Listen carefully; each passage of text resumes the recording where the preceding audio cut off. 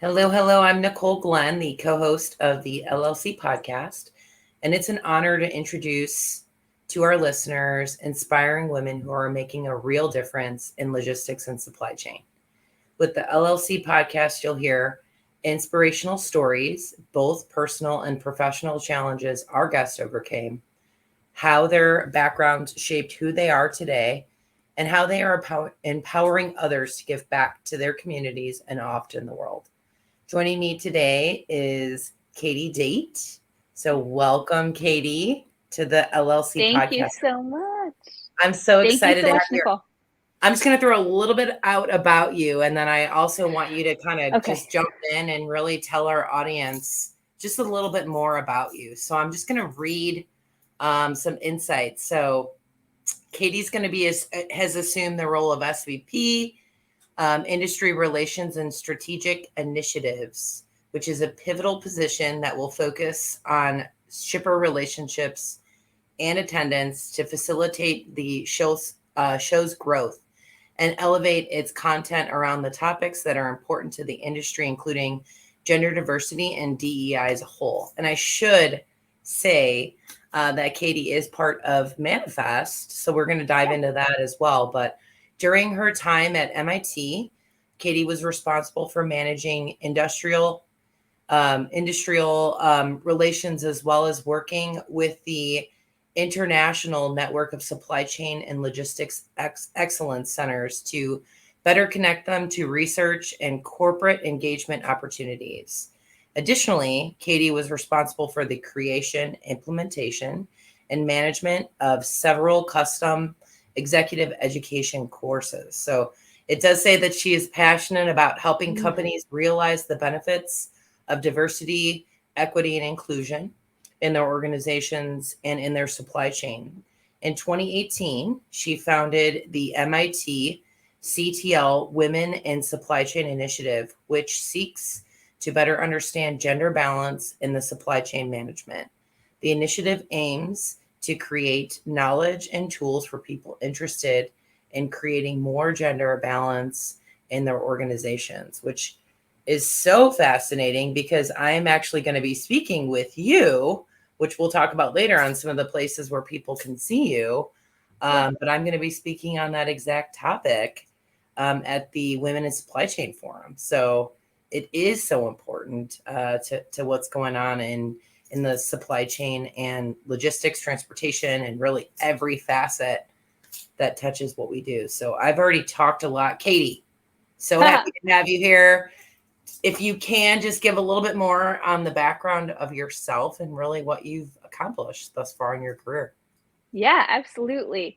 Thank you so much, Nicole, for having me on this podcast. I feel like this conversation is so overdue. I've been watching the Ladies Leadership Coalition grow on LinkedIn and everything that you've been doing with your organization. So I'm really excited to spend this little amount of time with you. And then, like you said, we're gonna actually get to meet in person, Yeah. which in this new world, like I never thought I would be so excited to meet people in person. Um, but yeah, we'll be doing that in November. So, as you mentioned, I just took a pretty big professional leap after spending 10 years at the MIT Center for Transportation and Logistics. Um, and I really, while I was at CTL, I've been in industry before, but I really fell in love with supply chain. And when this opportunity came about to go to Manifest, I jumped on it because I thought it was just such a blessing to make a little bit of a shift. Yep. And it was actually very serendipitous before Courtney Mueller, who's the president of Manifest, reached out to me. I had just watched Billie Jean King and her International Women's Day talk, and she said, just you need to go for it. And so when Courtney reached out to me and we started talking about that, I was like, you know what, I owe this to myself just to go for it. And it's the perfect role because I get to still work in the supply chain. I still get to work with all of the companies that I've really fallen in love with and gotten to learn about the intricacies of their supply chains over the last 10 years. And so I'm super excited to dive in and see how, Manifest has only been around for 2 years, and already as a conference, we're looking for the third year just to really blow things out of the water. So the opportunity to be a part of that growth, to me, is so exciting. Yeah, and I've just seen the tremendous growth of this conference. And it just seems so impressive on what's been put out there. And I think the side that they really emphasize is the tech piece, which, again, as we all know in logistics, is front and center, right? Yeah. It's where everything's headed. So I can see how that's very exciting to be a part of that. And also the DEI side of things. I mean, that's what this show is all about, is to show women that they have this opportunity to change and grow and shift within supply chain. And so Yeah, even you saying absolutely. that, like, it's like perfect timing, Mhm. because hopefully, someone in their career right now is kind of at this pivotal point where they're in, the same type of shoes as you, where it's like, do I make that jump? Do I make this transition? And I mean, I would love to hear you talk about that when you say to someone else, if you had to give someone some advice on, how to consider these types of huge changes for yourself, like, what would you tell somebody to think about when they're shifting their career? Yeah. So it's so interesting because I think that it's 50% like feel it in your gut and your heart, and Yeah. then 50% analysis. And prior to going to MIT, I would have said it's 100%. But being around engineers for 10 years, I've really learned the value in analysis. And so for me, it was, what is that initial feeling? And from the moment that I started working with the Manifest team to be the speaker for the women's lunch in 2013, I felt something different with the team. With I worked really closely with Pam Simon, and then with Courtney, who's the president, and with both of them, I felt something different, and it was so interesting. A job wasn't even on my mind, right? Right. We were having these conversations, and I got on the stage back in February, and I gave my talk, and I came off, and I felt just such like a kindred spirit in what they were trying to do. And so that was like the gut piece for me, right? And then as I sat down and on paper really looked at, like, okay, Katie, these are all the things that you've accomplished, these are the things that you've done at MIT, these are the great skills that you've developed. Where are these going to take you? How are you going to advance your career? And when I really took everything into consideration, I saw, I wasn't going to put any of these things that I had developed in the back burner. I was going to still be able to use all of the things that I had developed, and I was going to have an opportunity. So the hardest thing for me was leaving the Women in Supply Chain initiative at MIT behind. Yeah. And I give the team at Connective so much credit because they never in a million years would have asked me to stop. So they're still encouraging me to weave DEI into to everything that they're doing at their conferences. They're still encouraging me to go out and do these talks and connect with other women and encourage diversity. And for me, a company that steps forward and is willing to let you continue to grow and shine, that's a company you want to work for, right? Yeah. Like, Oh yeah. and for all of the CEOs out there that are listening, make sure that when you bring someone onto your team, that you're letting them be true to themselves. Like, let them continue to do the things that light them up and fill their cup, because those are the things that are going to keep people around. For sure. For sure. And I know even for myself, when I made a big transition, I didn't just jump from running someone else's company to running my own. I did a hop in the middle. And with that, leaving some of these companies that you put so much into, it's really hard. I Yeah. almost felt like I like equate it to an intangible child. I've said that so many times because we do. I mean, and a lot of people, I'm not saying everybody puts everything into that work piece, but when you do, and it kind of it does, it kind of touches like on who you are. And so Yeah. to walk away from that, and it's not even walking away from it, it's transitioning into something else. It can be really challenging. So I give you kudos for that because as I say all the time, and I hope our listeners who are listening to this episode understand that it's never easy to make a big transition in your career. It's very easy too to think that you're not ready for the next thing. I say it all the time too, Oh like yeah. the check boxes. You know, we want to check every single box to go, okay, I'm really ready for this role. And that's never the case. So it's, again, always going to be an intimidating factor to change. So again, just such kudos to you. I know that that is hard. It's 10 years. I mean, that's a long time to do that. I was only at my company, I think almost 9. And I was like, I don't know.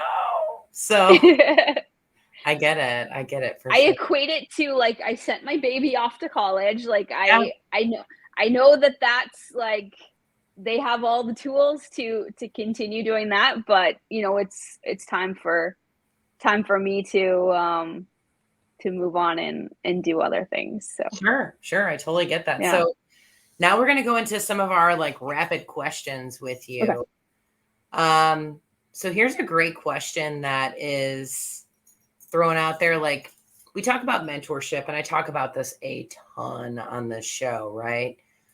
Because it is so important, and it's really one of the main things that really changed myself, my business. And so I love when people dive into this topic and also incorporating men into this space because this isn't just a woman's world, it's all of our world, right? And it's how we interact together and really support each other. So in your mind, Katie, like what can we do in this space to encourage men to mentor, coach, and sponsor women? So this is always such a difficult question, and a question that's often come up when I'm speaking to corporate partners because it's become really difficult for men to mentor women. And so I think what the from the company and the HR perspective, if you put that formal structure in place, it takes a lot of the questions um, out of out of the process because I know in many companies, men don't want to shut the door if they're in the same room with a woman. Like the as many positive things as the Me Too movement has put forward, there's a lot of like negative things that have happened as well because it makes men a little bit hesitant. So I guess what I would say to the companies is put a formal process into place so that there's structure around it, and then that helps to make things a little bit easier and a little bit more above board. And that's where you'll see more of the informal um, mentoring happening because often then it can happen in groups where there wouldn't be as many questions. For sure. For sure. So if we have any male listeners, like what would you say to them as advice on jumping in and mentoring women? I would say don't hesitate. It's always easier to mentor someone who has the same, sports affiliation as you, the same, you like to play golf. So often men will mentor people that they see similar things in. Well, I'm here to tell you that there's probably a lot of things that you share with the women in your office as well. So find that, maybe it's you both love, chocolate, or, you both love a certain kind of coffee. Like just, try to do everything you can to bridge that gap and make things, particular when you're a leader, make it more comfortable. It's your job as a leader to take kind of the first step, and in the cases where there isn't a formal program, try to set something up yourself. I know, everyone has too many things on their plates, but Mhm. step outside of your comfort zone a little bit. because who knows what she or he would be able to add to your team. For sure. And just for our listeners too that don't really understand sponsorship, I had a stat, so don't quote me. I think it was 37% when I was going to women in trucking conferences last year of women in the logistics field that had senior leadership or executive titles. So that is still a relatively low number in comparison. I would love to see it 50-50. That would be amazing. So with that, I mean, there's still a need for more women to step into the management leadership space. So the sponsorship concept is maybe you have a company that's really focused on, or I shouldn't even say focused, but very heavy with male leaders. And there's nothing wrong with that. You know, a lot of companies are focused on best person for the job and in who they have on their team. That could be all males. So with that, finding a sponsor is someone that's going to kind of advocate for you, someone that's going to kind of speak on your behalf to help you if you want to get to that table. Not every single person wants to be at the table, but just advocate for women that want to step into a different role. So mentorship, pretty close to sponsorship, but it's just getting that other conversation going on your behalf on how you can actually take those next steps in your career. And so this leads into the next question, because as we see, a lot of women have different methods on how they kind of climb in their career. So I love this topic, which is, you know, the jungle gym, when you think about hopping from one thing to the next, or just a straight up ladder. So for you, Katie, I mean, has your career really been a ladder or a jungle gym?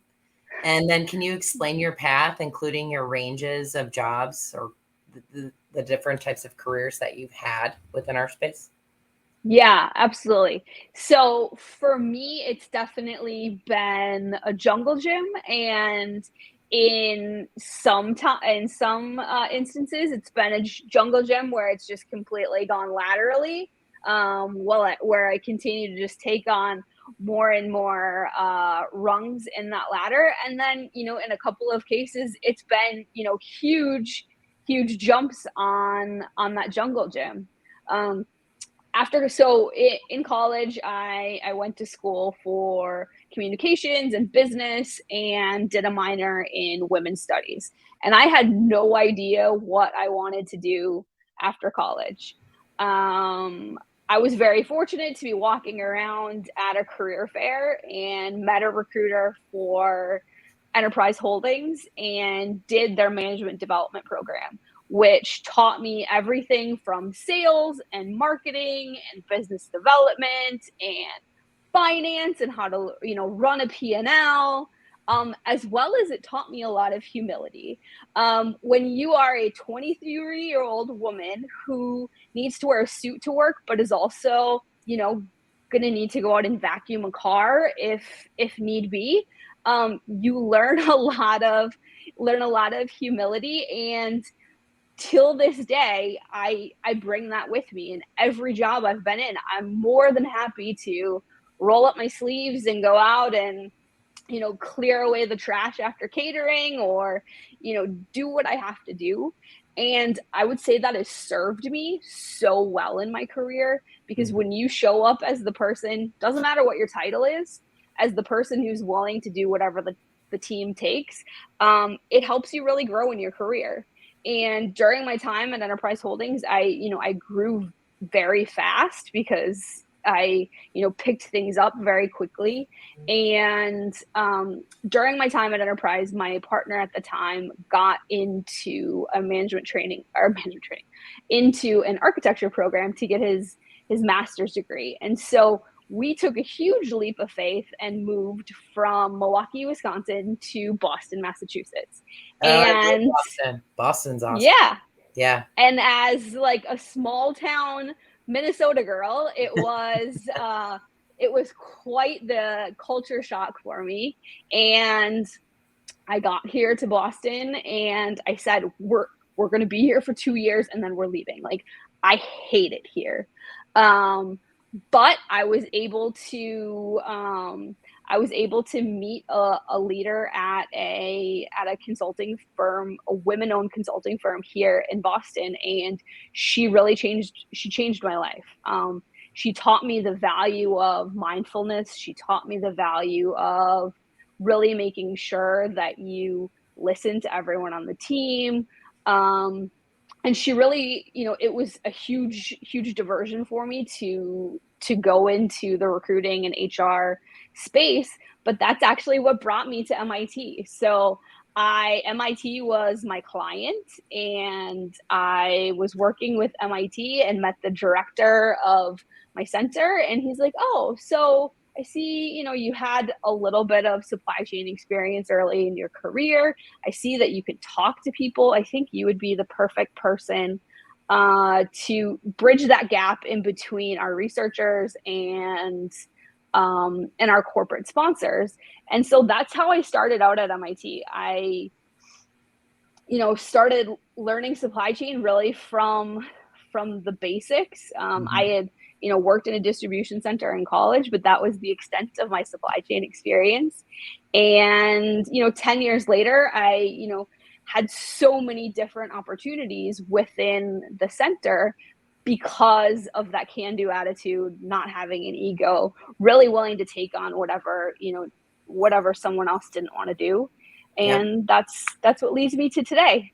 Yep. I know this is not a question for you. Well, kind of. I mean, I guess one of the things that we're going to talk about is your definition of success. So I'm going to throw that out there. I have a feeling you're going to go the same direction that I would from what you just said. But in your mind, like, what is that definition of success and why? So for me, it's two-pronged. It's that feeling in your heart of being happy and knowing that you're making a difference. To me, that's success. It doesn't matter if your title is, senior vice president, or you're an individual contributor. If you can wake up in the morning and look at yourself in the face and your heart is full and you're happy, to me, that's success. Yeah. And I've had so many conversations, both with, women on LinkedIn that have reached out to me, as well as, people that were in the supply chain management program at MIT. And people get so focused on either the sexy company or the, glitzy title. Yep. You need to do what's going to make you happy. And at the end of the day, like, good things are going to come.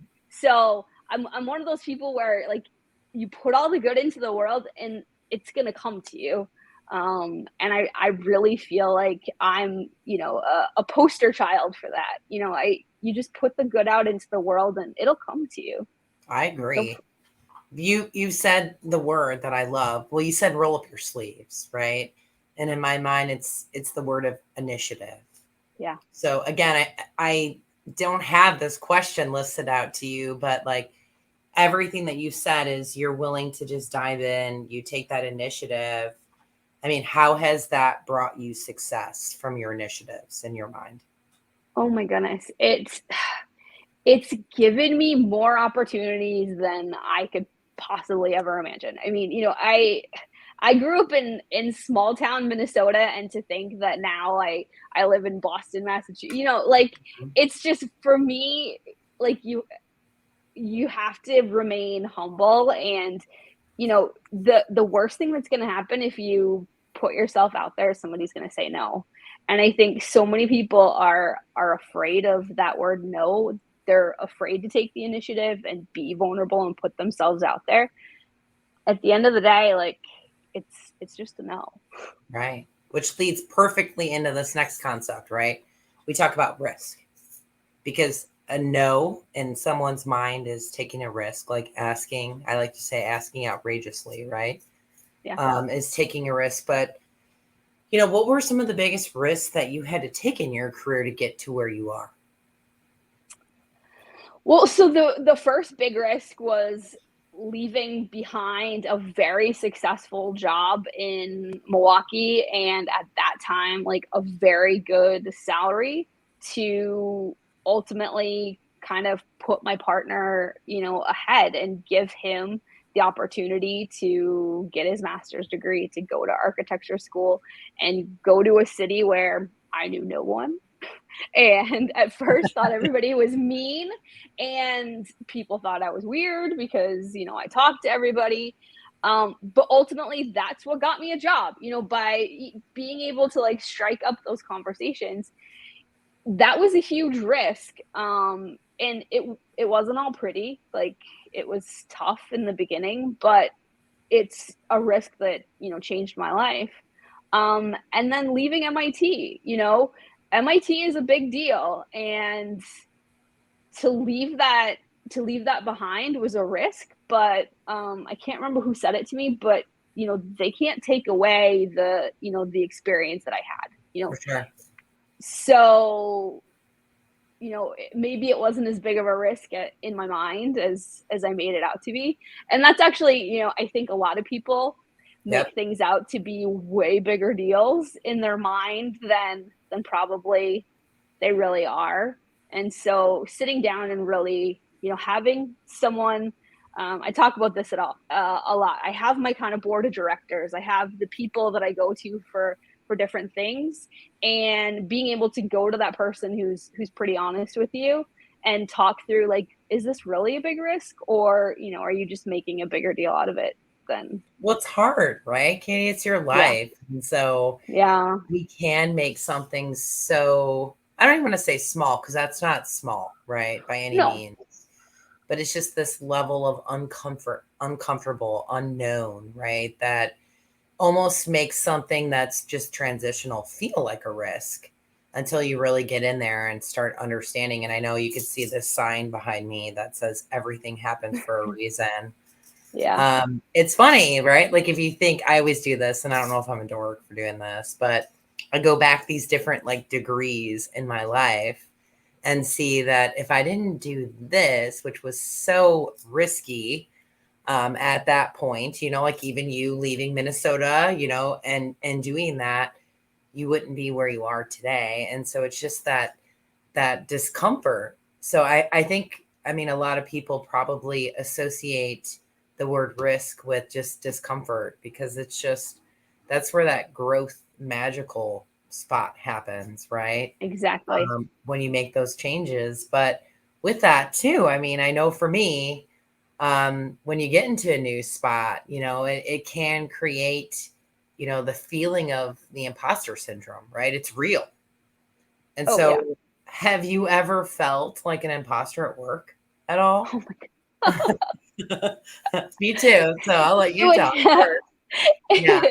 it would probably be easier to recant the days that I didn't feel like an imposter. I mean, the whether it's MIT or even in my current role at Manifest, I'm the only person at Manifest who hasn't worked for, an events company before. And now coming into the room and being like such an outlier, even though I know that's the reason that I'm there, is because I'm an outlier.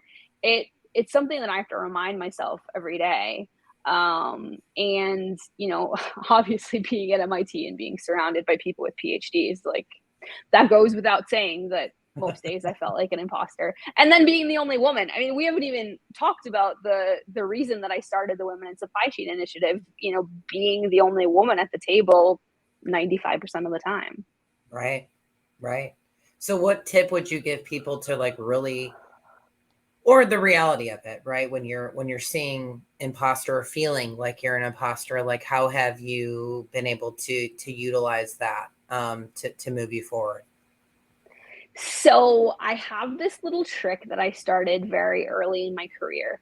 I always have on, in the moment where I feel like the most vulnerable or the most out of place, I put on a loud piece of clothing, whether it's like bright red shoes or, a big necklace that has, like a gaudy jewel on it, or, a bright dress, because then people are going to be focused on that in my mind and not focused necessarily on me. So it helps everything that I'm saying to become suddenly like less important, because in my mind they're focusing on this like you know, like my superhero costume.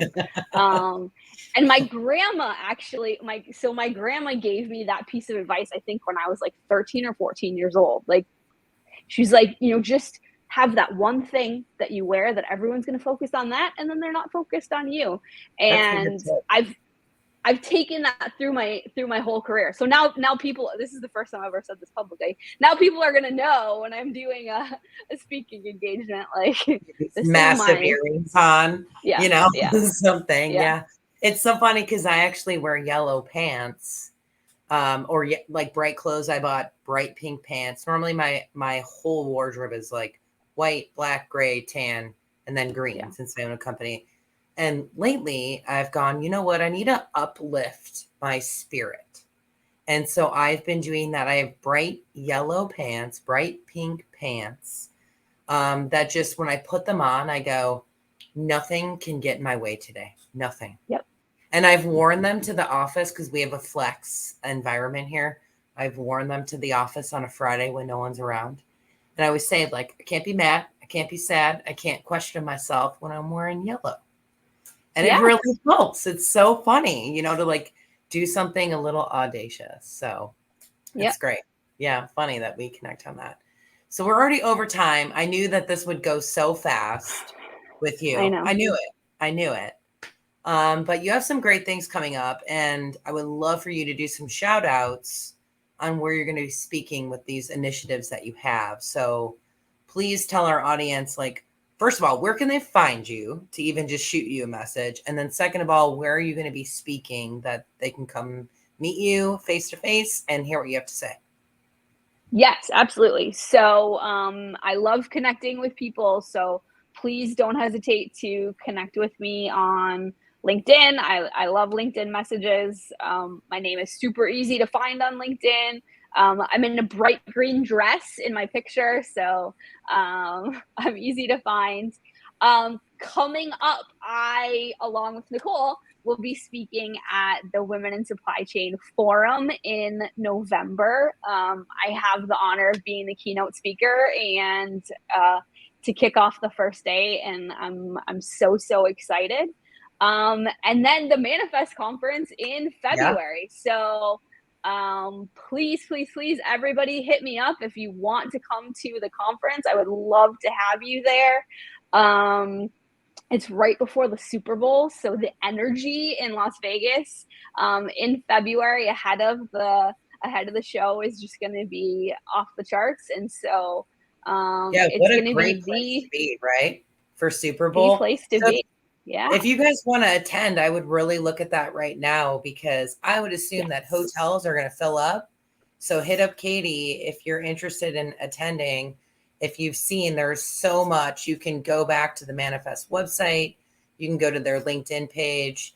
There is so much good stuff that happens there. I missed it this last year because I got stuck in Dallas because of the I snowstorm. know. Terrible. I So know. But yeah. we just announced our first 50 speakers, which you're one of them. Yeah. So, I'm excited. yeah. And we'll have a price increase soon. So make sure that you register to come and get in on that hotel block before the price increase. Well, Katie, thank you so much for giving some true insight to our listeners. And hopefully that, you know, that makes an impact, you know, by sharing your story. You've done such a phenomenal job in your career. So again, thank you for your time today. Thank you so much. I look forward to continuing the conversation.